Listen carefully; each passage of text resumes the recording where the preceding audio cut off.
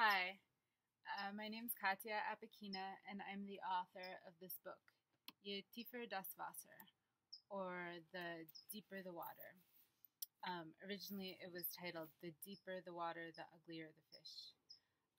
And it's a story about two sisters, May and Edie, who leave Louisiana, where they live with their mother after she's committed to a mental hospital, to move to New York City to live with their dad, who they had no relationship with growing up. And their dad is a very famous writer. And their mother, when they'd been married, their mother had been his muse. And she was also a poet, but she was better known for being his muse. And the two daughters have very different experiences in the family. And the story is told from multiple points of view.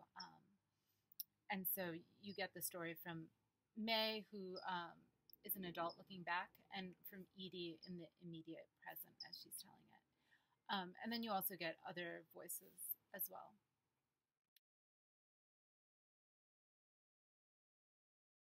So May ends up becoming a visual artist.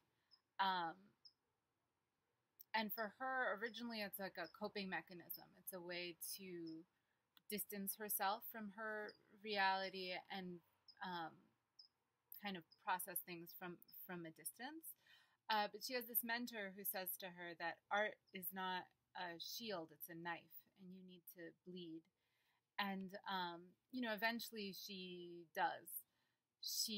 For her, like, art becomes more than just a way to keep uh, reality at a distance, and it becomes a way for her to really, like, engage with it.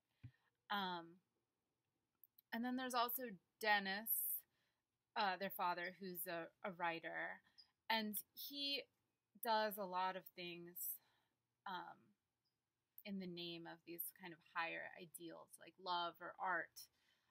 He uses those things to justify bad behavior. Um, and then as for language, I feel like a lot of the characters, speaking from their points of view, they use language to kind of justify anything that they do.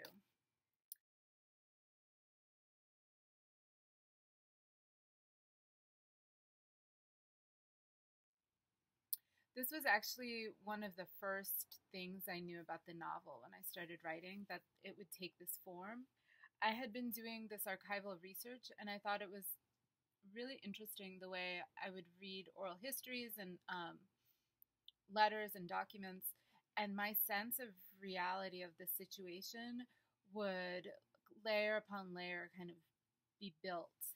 And so I wanted to have the truth be kind of almost like a hologram rather than a flat thing, um, because everybody experiences the same facts very differently.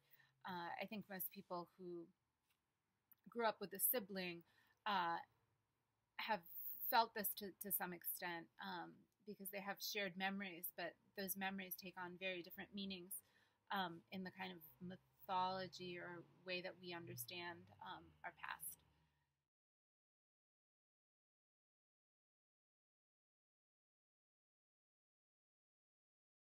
I would not want to live as either of them. Um, I think that's a tough decision. May does something very drastic in order to free herself from her familial baggage. And so she does free herself, but it's at a very high price without giving too much away. And Edie, she ostensibly has, moved on and has this life, but um, it's very clear to me that she's always going to be waiting for her mother. And I have a lot of compassion for both of them. I think Edie is someone I would probably be more likely to be friends with, maybe. I don't know, because I think May would be a difficult person to get to know in some ways. Um, but I would not really want to be like either of them.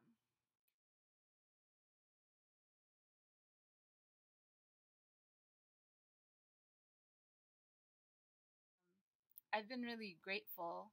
Um, I wish I was traveling with it, but because of the pandemic, I'm not.